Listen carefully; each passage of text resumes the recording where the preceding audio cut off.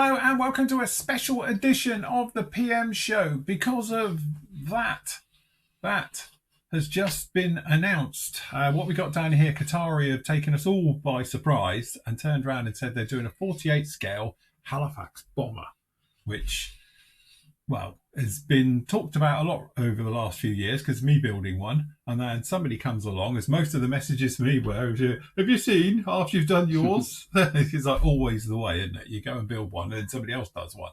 But yes, a 48 scale Mark II of the actual Halifax as well. So the Hadley Page Halifax, a massively underrepresented bomber, I think, in print as well as in model form, and spoken about as well.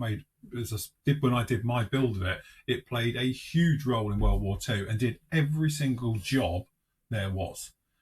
Whereas obviously we all think about the Lancaster and things like that, who were more specialist into various roles, but the Halifax did everything from search and rescue to, as you say, bombing, right the way through naval type work as well, anti-submarine warfare.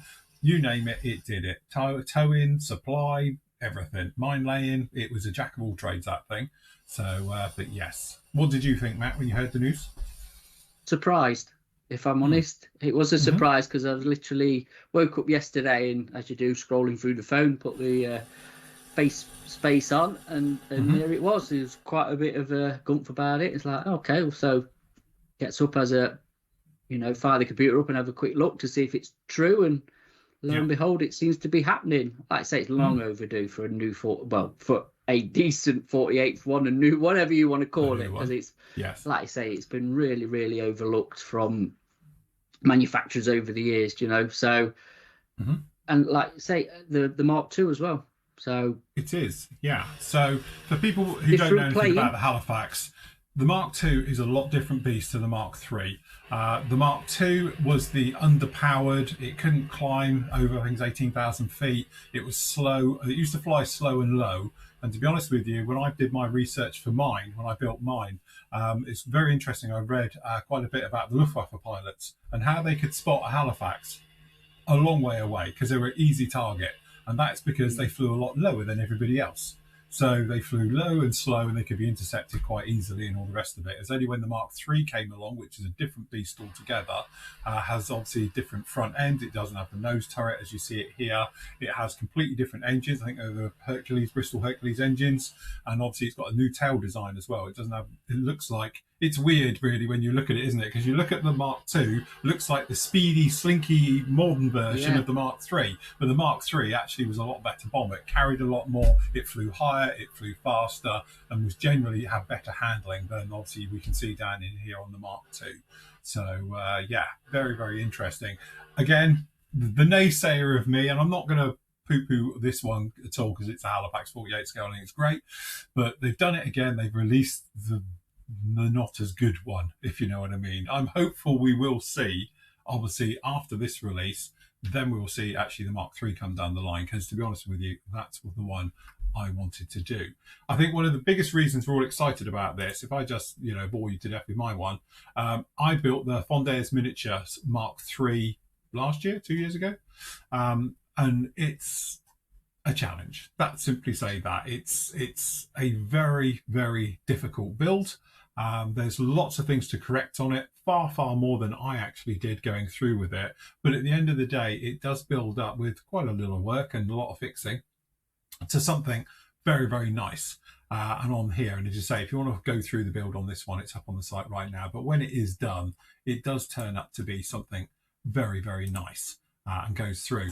This is your only option, though. If you want to do a 48 scale, that is it. The Fondair's Miniature one, as we were saying, we have seen them go as much as 400 quid, 500 quid on eBay over the years and things like that. Again, it's one of those things, you pay what people are willing to pay for it on an auction site, but it is the only one. It's not a straightforward build. It's an ugly build. It's, all the way through. So to have a brand new tooled one, I think is something, to behold right the way through. Some of the things on this one, as we were saying, it's going to be limited edition to basically 7,000, which to me doesn't sound that limited. Limited edition to me is 1,000, maybe 1,500. So especially if something of this size. But again, they're doing 7,000 of these things, which As I say, I can't speculate for other companies, but that sounds like a full run to me compared to what a lot of companies produce with that. Again, they're offering it in various forms. It's done as a pre-order at the moment, and we've got it over here on the site down in here. It's only €185. So if you are in Great British pounds, we're thinking it's roughly around about 135, 145-ish pounds. I don't know if that's including shipping. It's not going to be released until the second quarter of 2028 by it. They've said 18 months to 2 years to get this thing out. Don't know much about it as of yet. Obviously, there is some details down here about it and goes right the way through it about the design team and everything else like that. But again, it's one of those things. I think it's going to be a project that's going to evolve over time, because they are saying down in here, like surface treatment, like rivets, oil canning, or smooth panel lines. It will be the guys who are involved with it, i.e. the guys who are funding this. It's almost doing like a GoFundMe. I know it's not, but it feels like it, that they're going to work with the people who've paid money to ask them their opinions and get the feedback about what type of kit they want. So again, there's lots of special offers that they're offering down in here. We will link down below Kotare's website and all the rest of it. To be honest, there's a little bit more information on here on their Facebook page about this one. But again, they're getting on about here. 20 lucky modelers who ordered obviously the first 500 will be randomly drawn, and they're going to get special various bits and pieces as well right the way through with this one. So yeah, again, it's, I don't know. What do you think, Matt? Yes. It's a bit of a tough one, because I've read through it as well of what they're doing, and I get why they're doing it. This is going to be an expensive kit to produce. Yes. There's going to be a lot of work into it as well, obviously. Mm-hmm. So, yeah. And Kotare is not a massive company. You know, No. they've only got how many releases to date now, haven't they? So, I get why they're doing it. I understand exactly why they're approaching it as they are, because, like you say, this could be a make or break for them as a company. The way I'm looking at it, you know what I mean? It's a subject that, like you say, Fondier's miniatures done, and I think there's a vac form in 48, and that is literally at the old Sanger vac form. Yes. So again, you've got to question why other companies have not looked at it from a financial business point of view. Yes. If you know where I'm coming from, you know, like I say, it's easy to do a Spitfire 109, a Mustang, you know, the usual things we call cash cows, which we always said from a previous company should have done and they never did. But I like their approach. I think, again, it's brave. It is brave to do a Halifax over a Lancaster, shall we say. But again, from an RAF, and again, we're kind of biased because obviously being British, we know a Halifax, we know from being kids, the old Matchbox one, the old Airfix one. Like I say, Revell brought a decentish one out, a good one. God, that's 15 years old now. I don't know how even old that one is. But again, they're in all 72nd. When you get to 48, you're in a different beast altogether because of size and cost of producing. Again, the Mark to me is a bit of a question mark, but I understand that as well, because we always, like you've just said, get the lesser popular one first before they produce the popular one. I don't know about this on this approach for this aircraft, if I'm honest. I would have gone with the Hercules version, the Bristol Hercules one, and played it safe. But that's just personal opinion of, you know, what I if I was running a company, what I would do, because it's just to get the money back in. It's business at the end of the day. I'm looking forward to it, if I'm honest. I am looking forward to it. It'll be interesting to see how they approach it, how they break it down, because then you're obviously going to know what's coming after, if there's going to be another version or this is going to be it. Again, I would thought sales on this will determine whether we do get another version as well. So that's a big ask as well, isn't it? To, you know, put your money down and go, right, this is what, you know, we're going to support you, Kotare, in this, and you know, pony up the money up front for something like, say, could be 2 years in the making. I do like the box art. I think the box art's really cool. I do. I must admit, very atmospheric. It's very them, isn't it? It's very Kotare. They tend to do this sort of movie type thing with it. Yeah.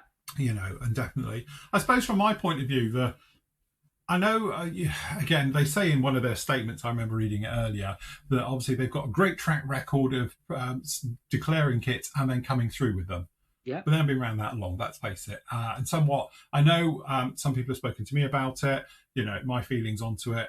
I don't know. I'm not going to sit here and say, oh, everyone should go out and get one ordered and all the rest of it, because they could go bust. And if they go bust, at the end of the day, chances of getting your money back are non-existent. I don't care what anyone says. As soon as receivers are involved, everything goes out the window. But at the end of the day, you would hope that there will be enough momentum in this that it does keep the project going. Obviously, they have got, as me and Matt have said with Kotare, they've done it the right way. They've got a stable of what sells, back catalogue, which hopefully will fund things like this. And I've often said about the way that kit manufacturers work. I'm working on this at the moment, and they're a classic example of what went wrong. But again, they've got a good back catalogue of good selling kits at a very high standard. They've got them in the can, so now they can use some of that money to invest into things that might not be as brilliant, but again, we should be good. They're looking at 18 months to 2 years. So the way me and Matt, we were speaking obviously before we started the show, is that's usually about right. If you talk to any of the manufacturers, and we do, 18 months to 2 years from start to finish on a project is about right. So we're thinking they probably haven't started it yet. They might have got some primary stuff down, but there's nothing gone on full tilt to it. Also, what are they going to do for references for it? Because as far as I know, and I could be wrong, please comment down below if you know different, but there's no Mark IIs whole around. There's bits of Mark IIs, but there isn't actually a whole Mark II around. And as we know, the Mark III is completely different anyway. But the thing is with that one is in Canada, don't go near the UK one, because it's a complete Frankenstein made of lots of other things, not even Halifaxes, to make it look like a Halifax, but it's not. But again, it's one of those, are they going to be traveling up there? Are they going to be using that one as references for it? But again, it's that thing, it's not a Mark II. And various things to it. So it'll be interesting to follow along the project to see how it goes. If you want to do a sort of comparison, as me and Matt have been talking about recently, around about 2 years ago, we all got very excited about a 1/35th scale HE111 coming down the line. That should be dropping any minute now, and it's taken that long to come through. So again, it's one of those, it seems ages at the time, but actually it's been around about 2 years, isn't it? I think we started first talking about it. It probably has been the right. Yeah. So I imagine it being roughly around about the same thing. From my point of view, though, I know $1,185 is a lot of money, but I don't think in the great scheme of it, it's a lot of money for a Kotare kit, because it's going to be nice and good right the way through for something in 48 scale. Having built the Fondare miniatures one, it's a big lump. It's the same size as a Lancaster, and all the rest of it. So from that point of view, I think you're going to get a lot of money, a lot of detail for your investment into it. Do I think they're going to sell 7,000 before it ships? I don't think so. I think they might maybe do 1,000 or two, but I think 7,000 is a tall order. So I personally don't think I'll be running out to throw my money at it. But on the other hand, though, 2 years' time, if they're saying it's $185 now and it is in, and the shipping cost, it could be a blinder to say, I'm going to put my money down now, and hopefully in 2 years' time, this one comes through. Because if it does, that'll be a bargain. I think so. I think that's going to be a total bargain. I think we're going to be paying that for most kits like that anyway, as standard by that time. So I think I must admit, I am not a naysayer on this. Don't get me wrong. I'm just putting out both sides of the argument to it. I think me and Matt, we're fanboys of this anyway, and we just rose tinted glasses into this, and it's going to be fantastic. And take my money, But as I say, just for balance, we are into a project of a relatively young company that are going into something, and they're talking for something that's 2 years away. So again, just be a little bit mindful if you're throwing your money at it. I think personally, I would just hold off a little bit. I'd love to be involved with the project and get to know it better. But, Kotare, if you're listening, shoot us up, and all that. But again, it's one of those ones where I think if it comes through, I would like to see the Mark III, personally. Personal choice, follow through. But they are talking, it'll be 5 years. Does that mean you have to wait 5 years for the Mark III? So again, by that time, I'll be 60. So, or coming on for 60. So, you know, time's not on our side, is it? Time's not on my side. I'm just saying here, I'm getting old. My eyesight's gone as it is.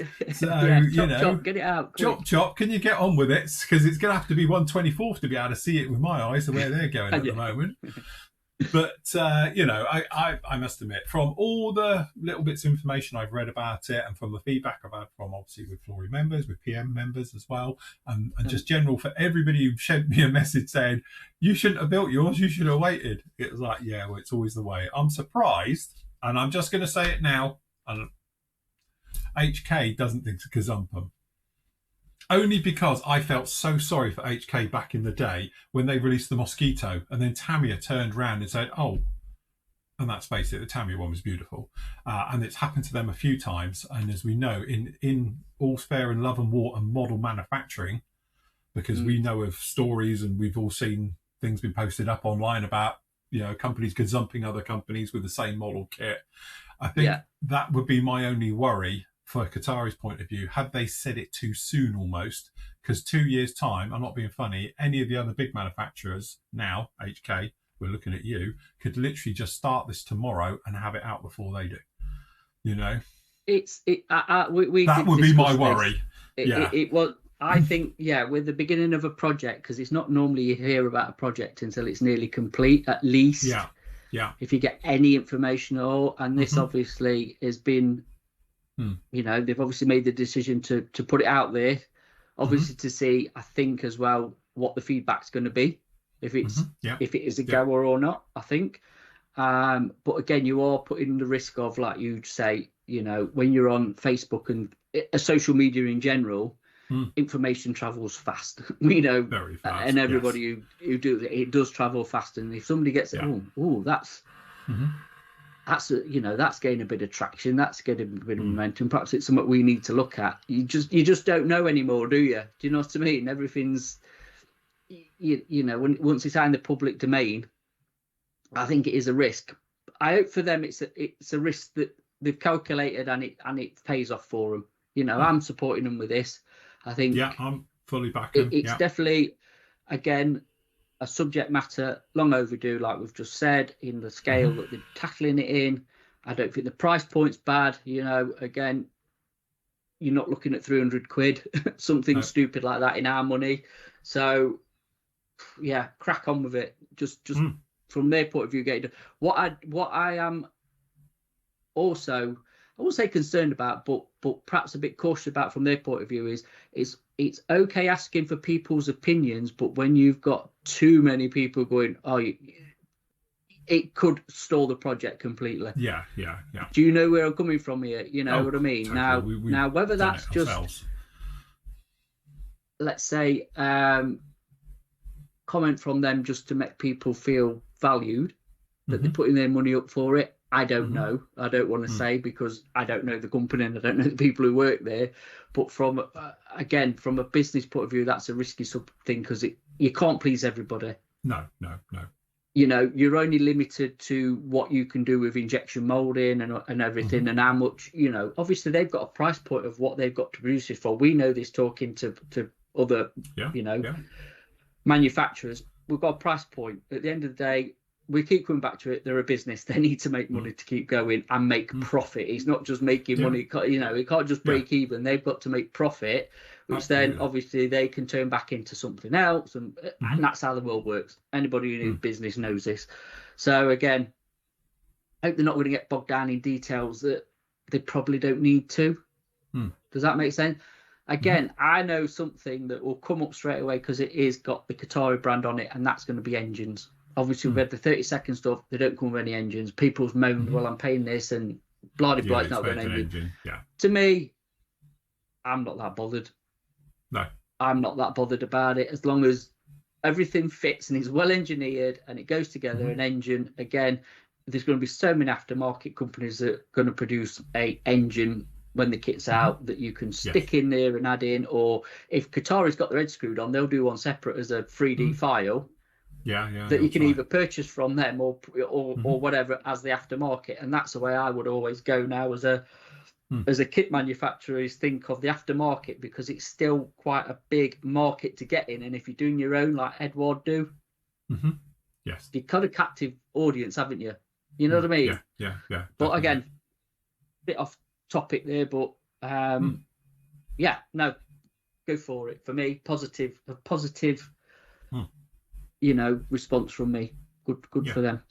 And from me as well. I think, you know, as you say, it's Good luck. a interesting subject. It's a great scale for it as well. Having built one, as I say, there really is nice. You know, the bit where you start going into 30 seconds, I know there's been questions about that as well. I honestly think 30-second scale heavy bombers have had their day. You know, that's why HK and people have already gone down to 48 for them, because it's the sweet spot. But again, quarter scale Halifax, bring it on. Absolutely. Really, really looking forward to seeing the progression as well. If they keep us updated on social media and we can see things coming on, to be honest, just like every other company does, so it keeps the buzz going. But, you know, as we said before, in many, many shows, the trouble sometimes you get that buzz going and then it vanishes and everyone's like, what happened? And then suddenly there's something else comes out about it. You need a continuous, but you don't want to peak too soon. You know, you want it to build the buzz, not, you know, there's go the other way. There's a massive balance, isn't there, from people's attention spans nowadays, and that's the problem. You know, you know, this is a new shiny new thing now. In 18 months' time, it's a long way off. It's a hell of a long way off in any industry, in any work. You know, so definitely, we will keep an eye on it. And we'll keep you guys updated if we find anything. Kotare, if you want to reach out to us and all the rest of it, we'd love to talk to you about the project. So, definitely be very, very interesting to see it develop, come along. And hopefully this, you know, the way that they've done this one, they've obviously done their homework with it. You know, hopefully they'll get a nice continuous trickle of orders coming in for it as well. Again, that's the other thing you don't want, is a massive, you know, sort of bounce effect now of spike and then nothing, because they need the money to be coming in to be able to keep the project alive, you know, so you don't want it to bounce and then flatline, because you know it's going to be a bit difficult and a heavy thing to work on. So hopefully it's just going to be a nice continual trickle for them with it comes in and go through, and then hopefully one day we'll be here sitting here reviewing it and saying what a fantastic kit is and all the rest of it. And I might have suddenly got the sweats out of my system and the nightmares of doing the old one and want to do another one. So, yes. So, but I've done the Mark II in 72nd. I did the old Revell kit and we did the engine upgrade on it as well. So we've done it. I've done the 72nd. I've obviously done the 48th as well. So, but it'd be nice to see a nice, properly, nicely tooled, and that's basic Kotare do some beautiful stuff. And again, hopefully they might think about some aftermarket, like the engine idea. I think is perfect. You know, you don't need 4 open exposed engines. Just sell us one, and if you want to do 4, you buy 4 of them, put 4 in it. If you want them all exposed, but with just one open, I think is a nice touch with it. You know, so forth and so on. But again, having worked on one, it's got nice visibility around the cockpit area to be able to see in and see what's going on and things like that as well. So, and it's an interesting design, full stop, the way the bomb bays work on it as well and stuff like that. It's not straightforward. It's not just doors. It's hingy things, and the way it in the gear is weird. The way the gear goes up, and it's not a straightforward one to do. So, but I'm sure if anyone can do it justice with the pedigree and obviously the history of obviously Kotare and their staff, it should come out really good. I think, you know, when they've done their Spitfires, and you know, we've had quite good sales off their 109, which is the K, which to me is at the time an odd mark to bring out of a 109, but people seem to have took to it and buying it. I actually think they're putting the detail where it's needed and not bothering where it's not. I think they've got their head screwed on with that, because we've had a bit of a show about this, didn't we, last week and whatever, and saying how kits can be overcomplicated, basically. And needless stuff that I think you either don't see or there's too many parts or whatever. I actually think Kotare's got a nice balance of how they're designing their kits for buildability and parts count in 30 seconds. You know, so good on him. Good on him. Yeah, that's what I say. So there we go. Our emergency show. As we're going to call it, aren't we? The emergency show. But again, this is something me and Phil's spoken about as well. If things like this drop, instead of obviously we do a monthly PM show, we will do a emergency show, whatever you want to call it, and we'll name it something stupid. But we you know, if we think it's an interesting and worthwhile subject, we will do a show on it as a standalone. Yeah, you know, definitely. So yeah. Well, that's it now. So you go from all the excitement of something like this back to doing something like that, and you're like, huh. Well, get on with your Kitty Hawk kit and enjoy it. Get on with Kitty Hawk, playing with your ejector pins, and there will be problems. So yeah, it's fine. Yeah, there's the rest of your summer taken up. Yeah, that's my summer project done. That's it. Just a bit of a shameless plug here. Bit of a shameless PM plug. And you know, a bit off topic, but I'll get one in. So I have finished the ferret. So the plan is I've got a lot of editing to do because I've recorded this, and it's going to be a standalone video. Nice. So I'm going to get my work cut out, but yeah, that's my next few days of editing. But yeah, keep an eye out. It will be up on the PM, I would have thought, at some point. Coming soon. So don't forget, like and subscribe, ring the bell, like and all the rest of it down below. Yeah, the usual stuff and all that. And drop us a comment, because apparently comments help. So any comments regarding Kotare or Kitty Hawk or whatever, please, you know, pipe up and drop us a comment, because it helps with the analytics apparently. I hate saying all this, don't you? It's just really, we're not, me and Phil aren't comfortable with this, but it helps with the channel and all that stuff that you every time you watch a YouTube vid. So yeah, definitely. Yeah, there. Okay. Cool. All right then, guys, we will leave it there. Let's get excited about it. Don't forget to go off to them and give them a like and a share and all the rest of it as well, because it'll help spread the word about obviously the kit coming out as well. So anything we can do to help, we will do. We will leave it right there. We'll see you all again very soon. Say goodbye, Matt. We're out of here. Bye. Goodbye.